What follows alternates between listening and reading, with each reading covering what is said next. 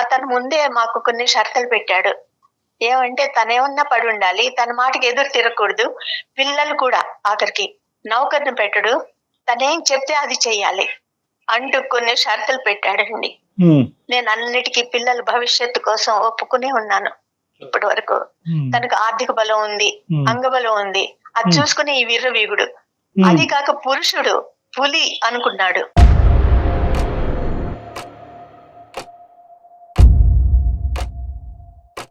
ఒక రోజు ఉదయం ఎవరో ఒక అమ్మాయిని తీసుకొచ్చి తన గదిలోకి వెళ్లి తలుపులేసుకున్నారు.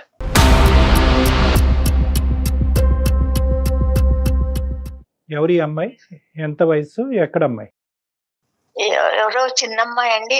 అది 5 గంటల తర్వాత బయటకు వచ్చారు. బయటకు వచ్చి వడ్డించమన్నాడు. సరే వడ్డించాను. ఆ అమ్మాయి చేతులు కడుక్కుని లోపలికి వెళ్ళిపోయింది తినేసి. ఆయన చేతులు కడుక్కుంటుండగా అడిగాను, ఎవరు ఈ అమ్మాయి అని. అంటే చెప్పాడనమాట,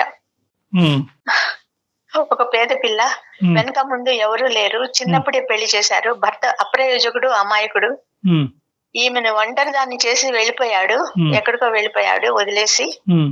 ఆ అమ్మాయిని ఆదరించడానికే మన ఇంటికి తీసుకొచ్చాను. ఆ అమ్మాయి ప్రాధేయపడింది ఆదరించమని, అందుకని ఇంటికి తీసుకొచ్చాను, ఇక్కడే ఉంటుంది అని చెప్పి వెంటనే తను కూడా గదిలోకి వెళ్ళిపోయాడండి.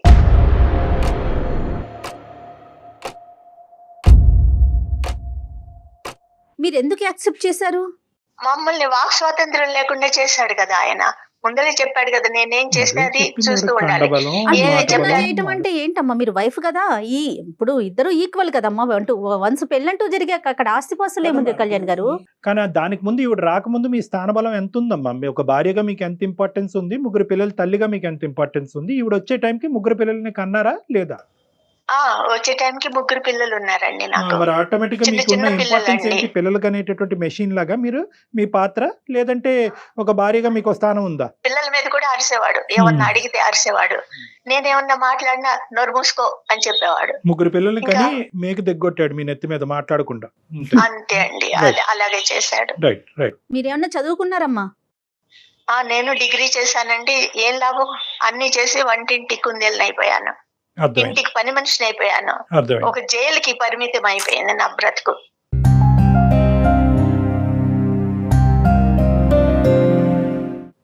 అప్పుడు ఇటు మీ అత్తగారి తరపున గానీ అమ్మ వాళ్ళు కానీ వాళ్ళందరికీ ఈ విషయం తెలుసనమ్మా? తెలుసండి, కానీ ఈయన ఆర్థిక బలం చూసుకుని వాళ్ళు ఏం మాట్లాడేవారు కాదు. అంటే డబ్బుంటే ఏదైనా చేసేయొచ్చా ఏం డాక్టర్ గారు అని అతని ఊహ. ఎలా ఉన్నారు జనం? ఇలా కూడా ఉన్నారా?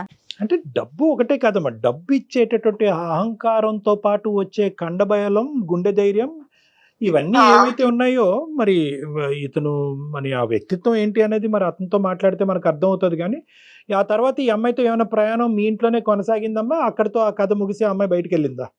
లేదండి, ఆ అమ్మాయి ఇంట్లోనే ఉంది, ఇప్పటికీ ఇంట్లోనే ఉంది. ఇన్నేళ్లు జీవచంగా బతికాను నేను. అదేంటమ్మా, చాలా అసహ్యంగా ఉంది. నా పిల్లల కోసం, పిల్లల ముందు అల్లరి పడకూడదు అని, ఈ విషయాలు లోకానికి తెలియకూడదు మా జీవితం గురించి. కాదమ్మా, ఇన్ని సంవత్సరాలు 16 ఏళ్ల క్రితం ఆవిడ మీ జీవితంలోకి వచ్చింది, ఇంకా తెలియకుండా, అంటే మనం అనుకుంటే తెలియకుండా ఉండదు కదా. పిల్లల వయసు పెరిగే కొద్దీ ఇంకొక స్త్రీ ఇంట్లో ఉంటే ఆటోమేటిక్ అర్థమైపోతుంది కదా తను ఎవరని. మీ తరపున ఆయన తరపున కాదు కదా. పిల్లలు కూడా అడిగేవారండి, ఏంటమ్మా ఏంటి ఎన్నాళ్ళు, అసలు ఆమె ఎవరు అని. పిల్లలు ఏం అడిగేవారు అనేది పక్కన పెట్టండి, వాళ్ళు చాలా చంటి పిల్లలు, అప్పుడే 1, 2, 3 ఇయర్స్ అంతే మాక్సిమం ఈవిడ ఎంటర్ అయ్యే టైంకి. మీరేం ప్రశ్నించారు? బంధువులం లేదండి నాకు, అవకాశం లేదు, అవకాశం లేదు. ఎందుకంటే నా పేరెంట్స్ చచ్చిపోయారు. అన్న వదిళ్ళు, అక్క చెల్లెళ్ళు వీళ్ళు కూడా ఇదొక భారంగా భావించేవారు. ఎప్పుడన్నా వెళ్తే కూడా ఇంకా వాళ్ళకి చులకనవ్వకూడదని నేను వచ్చేసాను అనమాట, వెళ్లేదాన్ని కాదు. కాబట్టి నాకు అసలు బంధుబలం కూడా లేదు. సరే, మీరు ఒక బంధుబలం లేదు, సహకారాలు లేవు, మీరు అడిగేటటువంటి ప్రశ్నలు అతని దగ్గర నుంచి వచ్చిన జవాబు ఏంటమ్మా? ఇదే చెప్పాడండి, ఆమెకి నిస్సహాయాలు, ఆమెని ఆదరించడానికే నేను తెచ్చాను అని చెప్పేసి వెళ్ళిపోయాడు అనమాట. నా నిస్సహాయత గురించి ఎవరు ఆలోచిస్తారని అడగలేదా మీరు? అడిగితే కసురుకునేవాడండి, చెయ్యెత్తేవాడు. ఏం చెయ్యాలి?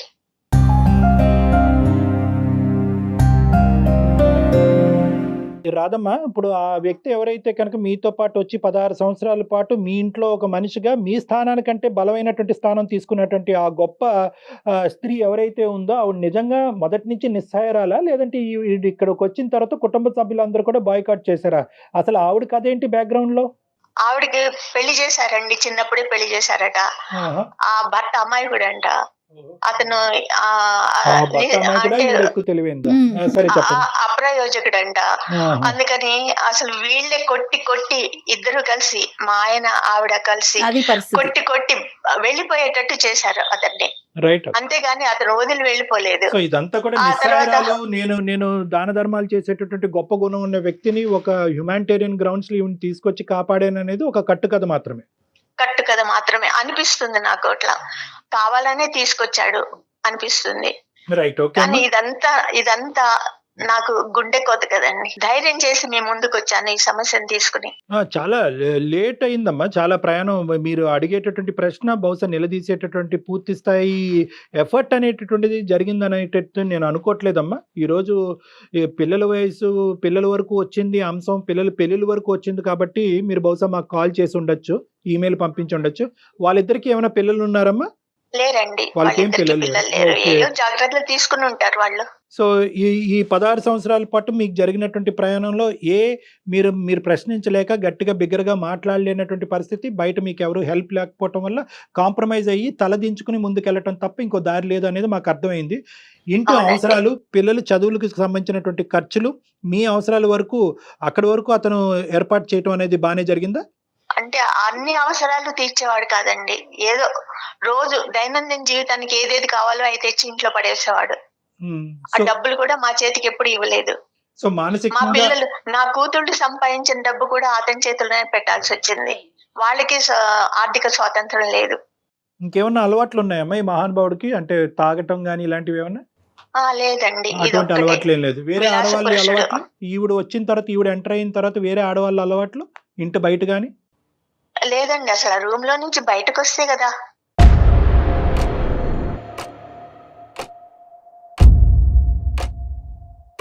కాదు కళ్యాణి గారు, సంవత్సరాలు గడిచిపోయినాయి. గడిచిపోయినాయి. ఇప్పుడు వరకు ప్రశ్నించినటువంటి రాధమ్మ గారు ఈరోజు మాకెందుకు ఈమెయిల్ పంపించారు?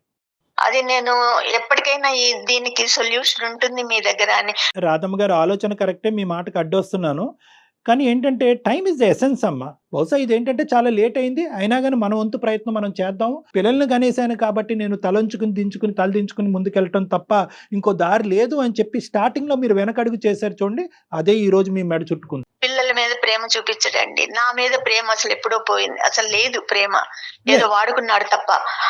ఇప్పుడు ఈ ప్రేమనంతా ఆమెకి ఇస్తుంటే నాకు ఎంత కంటకింపుగా ఉంటుంది. పిల్లలు ఏమైపోతున్నారు, పిల్లలు పెరిగారే, వాళ్ళకి పెళ్లిళ్ళు చెయ్యాలి అనే ఆ ఆలోచన కూడా లేదు ఆ మనిషికి. ఓకే.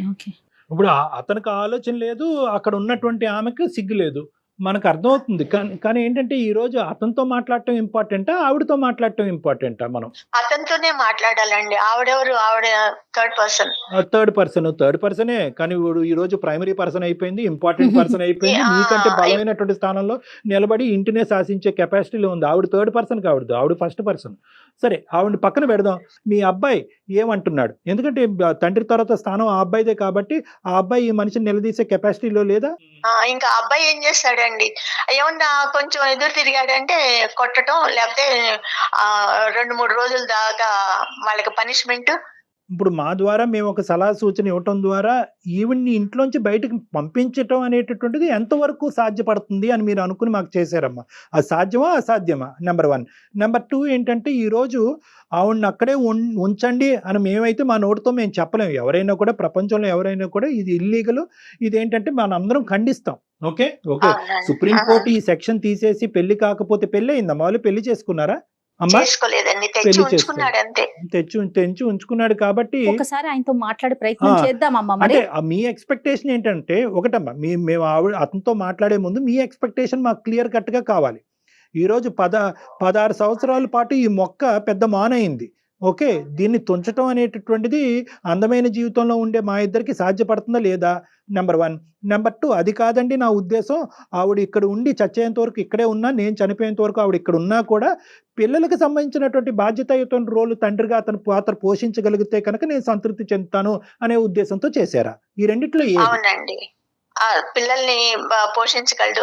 ఆమెను పంపించేసి ఇక ముందు పిల్లలు భారం అంతా తను చూసుకోగలడు అనే ఉద్దేశంతోనే నేను మీకు ఏదైనా ఇచ్చేసాను. ఒక ప్రయత్నం చేద్దాం. దగ్గరుంటే ఫోన్ ఇవ్వండి, దూరంగా ఉంటే ఫోన్ కలపండి.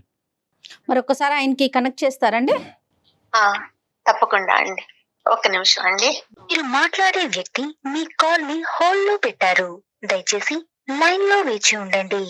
ఆప్కా కాల్ హోల్డ్. హలో, ఎక్కడున్నారు? నేను బయట ఉన్నాను. చెప్పు, అంటే విషయం చెప్పు. ఏం లేదు, మన భాగవతమే. దాని గురించి ఒక సైకియాట్రిస్ట్ డాక్టర్ గారితో మాట్లాడాను. ఎవరు, నాకా నీకా?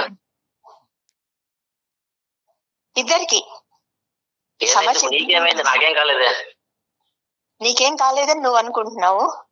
సరే, నాకే ఫోన్ నా కోసమే అనుకో. డాక్టర్ గారికి అన్ని చెప్పేశాను నేను. ఇప్పుడు అంత అవసరం ఏమొచ్చింది? అంత విపులంగా చెప్పాల్సిన అంత బాధ ఏమొచ్చింది నీకు? ఆనందరావు గారు నమస్తే. ఆనందరావు గారు నమస్తే అండి. నమస్తే సార్. సారీ అండి, కానీ కొద్దిగా మాకు టైం కేటాయించవలసిందిగా మా విన్నపం. చెప్పండి. అడగండి. ఏం లేదు, నేను అడిగేది ఏం లేదు. మీరు ఏం అడగదలుచుకున్నారు? అలా కాదు, 16 సంవత్సరాల క్రితం ఎవరో ఒక వేరే ఆడవాళ్ళు మీ ఇంట్లోకి వచ్చారంట. ఆవిడతో పాటు మీ ప్రయాణం మొదలైందంట. ఇప్పటికీ కూడా అది కొనసాగుతుందంట. దానివల్ల ఏంటంటే ఈవిడికి లభించవలసినటువంటి స్వేచ్ఛ అవనియండి, ఆనందం అవనియండి, జీవితం అవనియండి ఆవిడకి లభించలేదంట. దాంతోపాటు పిల్లలు కూడా సఫర్ అయ్యారంట. 3 పిల్లలు, వయసు వచ్చినటువంటి పిల్లలు. బాబు ఎంఎస్ చేయడానికి బయటకు వెళ్ళాలి అంటే కనుక దాని మీద మీరు పూర్తి స్థాయి సహకారం అందించట్లేదంట. ఆడపిల్లలు, పెళ్ళి అయ్యేటటువంటి ఆడపిల్లలు ఈ వయసుకు వచ్చి వాళ్ళు సంపాదిస్తే కనుక ఆ సంపాదన మీద కూడా మీరు డిపెండ్ అవటం జరుగుతుంది. ప్లస్ వాళ్ళకి పెళ్ళిళ్ళు చూడటం జరగట్లేదంట. సో ఇది సారాంశం. మీరేం చెప్పాలనుకుంటున్నారు ఆనందరావు గారు? సార్, ఇక్కడ విషయం ఏంటంటే వినండి. ఇప్పుడు ఒక ఆమె అంటే ఏమి సోర్స్ లేని టైంలో ఎవరు లేరు ఆమెకి. ఏదో నేను పక్కనున్న పరిచయాలు కాబట్టి కొద్దిగా ఆ ఉద్దేశంతో నన్ను ఆశ్రయం అడిగింది. సార్, ఇలాగ ఉంది నా పరిస్థితి, కొంచెం మీరు దయచేసి ఏమనుకోకుండా మరి ఇలాగ నాకు ఆశ్రయం కల్పించగలరా అంటే, దాంట్లో ఏముందమ్మా, ఏ ఆడదైనా కానీ తప్పదు, మరి మనం ఆదుకోవాలి. ఇది భారతదేశం, ఇది భారతదేశంలో స్త్రీని గౌరవిస్తేనే బాగుంటుంది. కాబట్టి దానికి అభ్యంతరం, నీకు ఏం కావాలి నా నుంచి అంటే, ఇలాగ ఉంది సార్ పరిస్థితి, నాకు బయట నేను ఎక్కడ సంపాదించుకోలేను, నాకు ఏది లేదు, కాబట్టి కొంచెం మీ దగ్గర ఉండగలను సార్ అంటే. ఆవిడ ఎవరండి? రోడ్డు మీద అడుక్కున్న ఆవిడ కాదండి, ఇంటి అవతలండి. ఆమె భర్త వచ్చేసి కొంచెం మైల్డ్ గాను, తాగుబోతూ, కొద్దిగా చూసేవాడు కాదు, కొట్టేది, ఇట్లా హింస గురి అయ్యేది అన్నమాట ఆమె. కనిపించే మగాళ్ళందరినీ కూడా ఆవిడ ఇలాగే ఆదరణ అడుక్కుంటా ఉంటదా? ఇప్పుడు మనకి తెలిసిన వాళ్ళు ఉంటేనే అడుగుతారు. ఆవిడతో మీకు పూర్వపు పరిచయం ఉంది? పరిచయం అంటే పక్కింటి వాళ్ళు ఉన్నప్పుడు మాట్లాడతారు కదండి మామూలుగా. సరే, మీరు మాట్లాడారు. సరే, మేము ముందే ఖండించాలని అనుకోవట్లేదు. మీ వర్జన్ మీరు చెప్పండి. మీరు ఖండించినా ఖండించకపోయినా నేను చెప్పేది నా వర్షన్ ఓకే, మేము ముందే మాట్లాడాలని అనుకోవట్లేదు, తర్వాత మాట్లాడతాం. ముందు మీరు చెప్పండి. అలాగే సార్. మీకు కొన్ని పదాలు నచ్చట్లేదు. అలా అడిగింది, తిరిగి వచ్చింది, నా ఇంట్లో ఉంటుంది. అయితే ఉంటుంది కాబట్టి దానికి ఆవిడ నా భార్య కూడా నాకు దానికి ఏం అడుగు చెప్పలేదు. ఇంతకాలం అయింది. ఈ రోజున మరి మీ ముందు తీసుకొచ్చి ఆ బాధను ఎందుకు వెళ్ళకపోకుందో అయితే నాకైతే తెలీదు. ఆవిడకి బుర్ర లేదు, మీకు బుర్ర ఉంది. ఇప్పుడు అది కాదు సార్, సారీ ఆనందరావు గారు, మీ మాటకు అడ్డొస్తున్నాను. ఇప్పుడు ఇక్కడ ఆవిడకి బుర్ర లేదు, ఆవిడకి బుర్ర పని చేయలేదు. ఇంతకాలం ఆవిడ ఒక డిప్రెషన్లో పాతుకుపోయింది. ఆవిడకి బుద్ధి లేదు. ఒక నిస్సాయ స్థితిలో ఉండేటటువంటి ఒక ఆడదాన్ని తీసుకొచ్చి మన ఇంట్లో కూర్చోపెట్టిగా ఆవిడ సహాయత ఇవ్వటం, ఆవిడకు ఒక జీవితాన్ని ఇవ్వటం వల్ల ఇక నా భార్య పొజిషన్ ఏంటి, నా పిల్లల పొజిషన్ ఏంటంటే మినిమం కామన్ సెన్స్ ఆ వయసులో ఉన్న మీకు లేదా? సార్, ఒక్క మాట చెప్తా వినండి. జీవితాన్ని ఇచ్చారు, ఆమెను తీసుకొచ్చి అంటారు. జీవితాన్ని ఇవ్వడం అంటే ఏంటి? పెళ్ళన్నా చేసుకోవాలి, ఉంచుకోవాలన్నా ఉంచుకుంటే, ఈ రెండిట్లో ఏదో ఒకటి జరిగితేనే జీవితాన్ని ఇచ్చినట్ల. ఆ జీవితాన్ని నేను ఆవిడకి ఇవ్వలేదు. ఆవిడికి కేవలం నేను గార్డియన్ టైప్ అంతవరకే ఉన్నాను. నా భార్య నా సొంతం. అది ఆమె ఆలోచించుకోకుండా మీకు వేరే విధంగా చెప్పడంలో మీరు వేరే విధంగా నన్ను క్వశ్చన్ చేశారు. అది తప్పు. గార్డియన్ అంటే ఒక రూమ్ లో ఉంటారా? అంటే అసలు గార్డియన్ అనేటటువంటి దానికి డెఫినేషన్ కూడా చెప్తే బాగుంటది ఆనందరావు గారు. నేను పోషిస్తున్నాను ఆమెని. మీరు పోషిస్తున్నారు అంతే. అంతవరకే. ఓకే, సరే సరే. కానీ వేరేవి ఏమీ లేవు. రెండవది పోతే పిల్లల్ని చూడడం లేదు మీరు, అది ఇది అంటారు. పిల్లల్ని ఎంతకాలం చూస్తామండి? చిన్నప్పుడు పుట్టినప్పటి నుంచి ఒక స్టేజ్ వచ్చేంత వరకు పెంచుతాము, చేస్తాము, స్కూల్కి తీసుకెళ్తాము, వస్తాము. ఇప్పుడు వాళ్ళు పెద్దవాళ్ళు అయ్యారు, ఒక డిగ్రీ చదువుతున్నారు. ఆ చదివే వయసులో వాళ్ళకి మనం తోడు అవసరం, వాళ్ళ దారిని వాళ్ళని వెళ్ళనివ్వాలి. మనము నువ్వు సైన్స్ తీసుకోవాలంటే నేను సోషల్ చదువుతాను అన్నప్పుడు వ్యతిరేకత వచ్చినప్పుడు పిల్లల మైండ్ ఎలా ఉంటుంది, అప్పుడు మనం వాళ్ళని తేలేం కదా. నేను అట్లా ఫ్రీగా వదిలేను తప్పితే వాళ్ళని ఏదో నేను అందరినీ నేను కజ్జాలు పెట్టుకోవాలి, నా మాట వినాలి అని దురుద్దేశం ఎక్కడ లేదు. గార్డియన్ ఎప్పుడు గదిలో కూర్చొనే చేస్తాడా ఆమె పోషణ అంతా?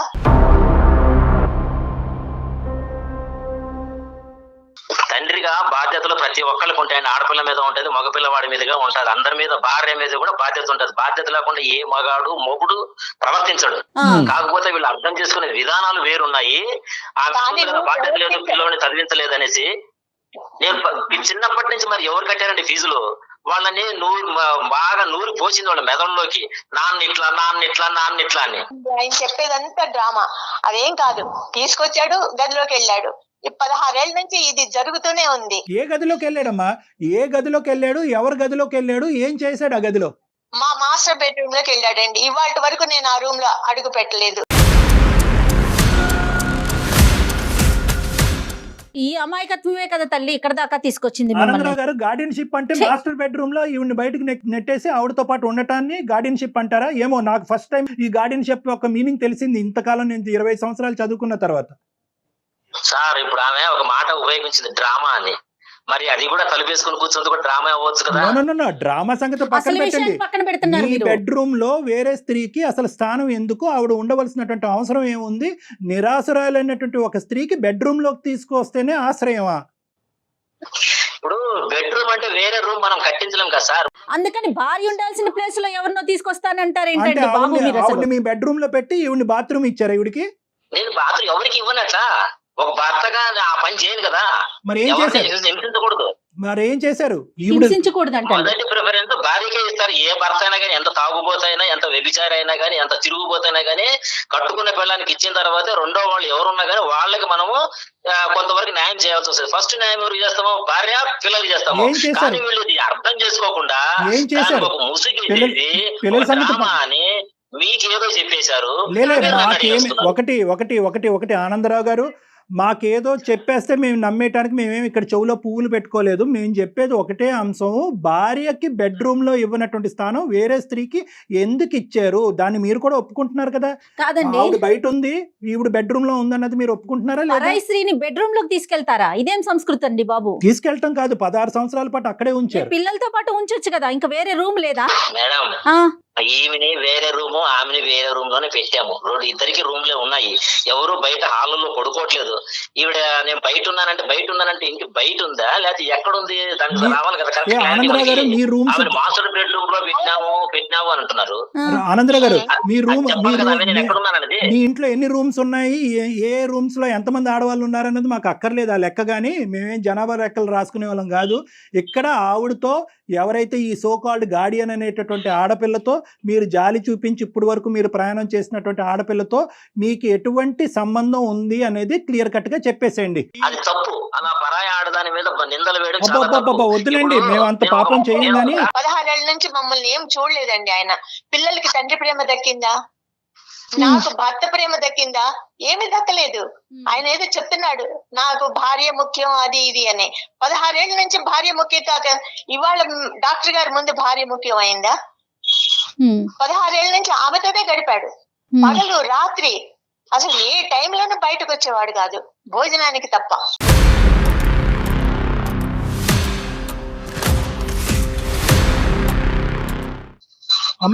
అటువంటి వాడికి భార్య ముఖ్యము, పిల్లలు ముఖ్యము అంటే ఇవాళ నమ్ముతానా నేను?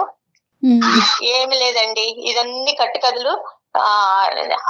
ఆమెతోనే, ఆమె ఇంట్లో ఉంటే మేము ఇంట్లో ఉండలేము, మేము ఉండాలి ఇంట్లో, అంతే.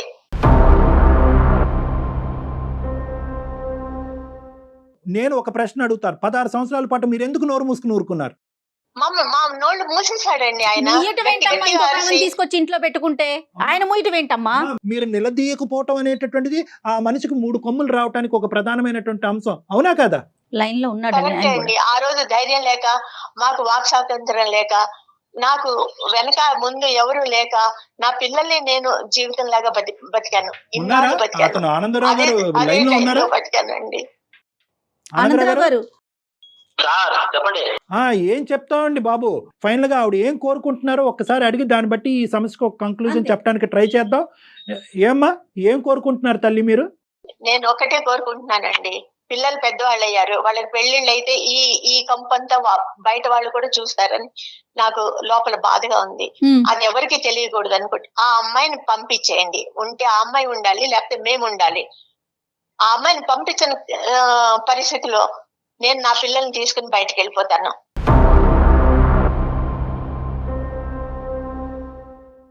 సార్ ఇప్పుడు అదే వాళ్ళు ఉద్యోగాలు చేస్తున్నారనే మనోధైర్యంతోనే బయటికి వెళ్తాను. సరేలేండి, ఆవిడకి ఏ ధైర్యం ఉండాలి. ఆవిడ డిగ్రీ అవును, ఆ చేసుకుని ధైర్యం వచ్చింది నాకు. వచ్చింది, ఆవిడకి ఆ ధైర్యం వచ్చింది అని చెప్పి ఇప్పుడు లైవ్ లో చెప్తున్నారు. ఆవిడ ఒకే ఆప్షన్ ఇచ్చింది, నేను పిల్లలు ఇక్కడ ఉండాలా, ఆ మహానుభావులు ఇక్కడ ఉండాలా, ఆవిడని బయట పంపిస్తారా, మమ్మల్ని బయట పోమంటారా? సమాధానం స్ట్రైట్ గా చెప్పండి. ఆమె ఉన్నందువల్ల నీకు వచ్చిన ఇబ్బంది ఏంటని నేను అడుగుతున్నాను. మీ క్వశ్చన్ తీసి తగలేయండి సార్, అది కాదు.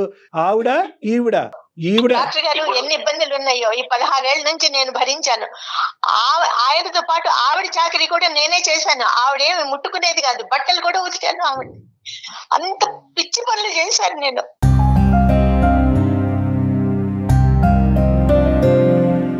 నేను నా పిల్లల్ని తీసుకుని బయటకు వెళ్ళిపోతాను. అంతే. తను ఏం చేసుకుంటాడో చెయ్యి. ఆనందరావు గారు మీకు ఒక నమస్కారం అండి. మీలాంటి సంస్కారవంతుల్ని ఇంతవరకు మా జీవితంలో చూడలేదండి. చాలా ధన్యవాదాలు లైన్ లోకి వచ్చినందుకు. నమస్కారం. మంచిదండి, మంచిది. అంతే అంతే, క్షమించండి మేము మాట్లాడినందుకు మీతో. నమస్కారం, ఉండండి. చూసారా ఎలా మాట్లాడుతున్నాడు? అమ్మా అమ్మా అమ్మా అమ్మా అమ్మా ఇప్పుడు ఇక్కడ దాకా తీసుకొచ్చింది నువ్వే తల్లి. ఇక్కడి వరకు తీసుకొచ్చింది మీరే. దానికంటే ఇంపార్టెంట్ ఏంటంటే కనుక ఇలాంటి అంశాలు వింటే కనుక ప్రతి వాళ్ళకి మేమేమన్నా ఈ ప్రోగ్రామ్ ద్వారా రాంగ్ ఐడియాస్ ఇస్తున్నామేమో, ఆడవాళ్ళని తీసుకొచ్చి ఇంట్లో పెట్టుకుని ఆశ్రయం కలిగించామో, నిరాశ్రయులైనటువంటి స్త్రీలు అని చెప్పి ఒక కొత్త కాన్సెప్ట్ ఓపెన్ అవుతుందేమో అనే భయంతో అతను గుడ్ బై చెప్పాం. ఇంకెక్కువ మాట్లాడలేమమ్మా అలాంటి వ్యక్తులతో. మీకు అవకాశం ఉంటే ఒకసారి పర్సనల్ గా డాక్టర్ గారిని కలవండి. మరింత మనోధైర్యం తెచ్చుకోండి తల్లి. మీ నిర్ణయం మీరు తీసుకోండి, సరేనా? ఓకే అండి. ప్రతి అడుగు ఆలోచనతో తీసుకోవాలి, ఇమోషన్తో కాదు. ఇప్పుడు ఆ మనిషి మళ్ళీ మీ దగ్గరికి వస్తాడు, 3 పిల్లల్ని తీసుకుని నువ్వు బయటకు ఎలా బతుకుతావు అని చెప్పి మీరు జాగ్రత్తగా గుర్తుపెట్టుకోవాలి. పిల్లలు చిన్నగా ఉన్నప్పుడు వాళ్ళు మీ మీద డిపెండ్ అయినప్పుడు బహుశా అతను చెప్పినటువంటి కాన్సెప్ట్ రైట్ ఏమో, బహుశా అదే కాన్సెప్ట్ వల్ల చాలా మంది ఆడవాళ్ళు అలాగా దహించుకుపోతున్నారు. కానీ ఇప్పుడు పిల్లలు నీ వెంట ఉన్నారు అనేటటువంటి మనోధైర్యం, పిల్లలు మిమ్మల్ని కాపాడుతారు అనే ధైర్యం మీకు ఉంటే కనుక ఇక్కడ ఇమోషన్తో కాదు లాజిక్తో నిర్ణయం తీసుకోండి. ప్రతి నిర్ణయంలో ఒక ప్రొఫెషనల్ యొక్క హెల్ప్ ఉండాలి. అది నాలాంటి సైకాట్రిస్ట్ అన్న అవ్వచ్చు, లేదంటే ఒక లీగల్ హెల్ప్ అయినా అయి ఉండొచ్చు. ఆ విధంగా మీరు ఖచ్చితమైనటువంటి ఒక మార్గాన్ని నిర్ణయించుకుని ముందుకెళ్ళేటటువంటి ప్రయత్నం చేయండి. రైట్ అమ్మా? రైట్ అండి. నమస్తే అమ్మా. థ్యాంక్ యూ సో మచ్ అండి. రైట్, నమస్తే. నమస్తే రాధా. నమస్తే డాక్టర్ గారు. All the best. జాగ్రత్త. నమస్తే. బా ఎంత అమాయకంగా ఉన్నారు కళ్యాణ్ గారు. జయ గారు అమాయకంగా ఉన్నారా?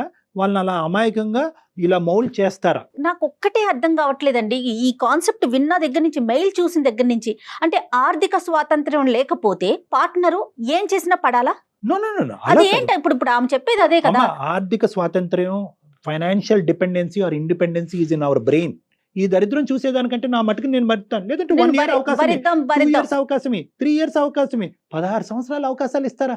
16 సంవత్సరాల పాటు ప్రశ్నించి నువ్వు ఇప్పుడు ఎందుకు ప్రశ్నిస్తావని అడుగుతున్నాడు. ఇంట్లో పెట్టుకుంటే తప్పేంటని మాట్లాడుతున్నాడు. అందుగురించి టైం ఇస్ ద ఎసెన్స్ అన్నానమ్మా. అడగవలసినటువంటి సమయంలో అడగాలి, నిలదీయవలసినటువంటి సమయంలో నిలదీయాలి, నిర్ణయం తీసుకోవాల్సిన సమయంలో నిర్ణయం తీసుకోవాలి. ఖచ్చితంగా డాక్టర్ గారు, ఖచ్చితంగా రైట్ అండి. నమస్తే. Thank you Jagan.